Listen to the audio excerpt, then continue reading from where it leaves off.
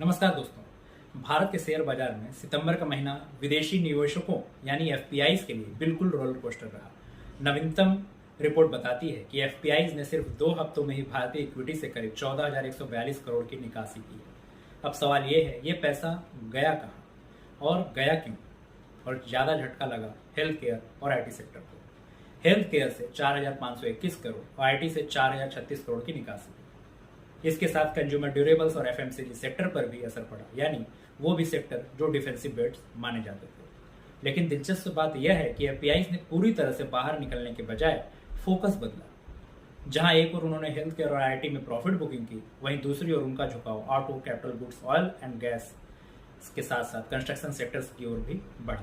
Auto sector में 1,733 crore, capital goods में 1,492 करोड़ का इनफ्लो भी हुआ। अमेरिकी नीतियों में हालिया बदलाव, higher bond yields and dollar की मजबूती ने रिस्क एपेटाइट घटा दी है। साथ ही यूएस ने ऑप्स आईटी सर्विसेज पर रेस्ट्रिक्शंस की चर्चा शुरू की है, जिससे भारतीय आईटी कंपनियों की सेंटीमेंट्स पर भी असर पड़ा है। सरकार की पीएलआई स्कीम्स और कैपेक्स बूस्ट से auto, oil and gas and industrial segments में नया मोमेंटम दिख रहा है।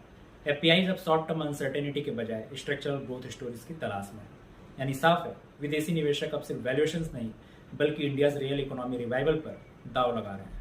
दोस्तों, जब कैपिटल सेक्टर और ऑटो में इनफ्लो बढ़े हैं और हेल्थ केयर और आईटी में कमी आई है, तो यह संकेत है कि भारत की ग्रोथ स्टोरी अब सॉफ्टवेयर से निकलकर हार्डवेयर इकोनॉमी की तरफ बढ़ रही है। इंडिया 2.0 का फोकस अब डिजिटल से आगे इंडस्ट्रियल ट्रांसफॉर्मेशन पर है। Thank you.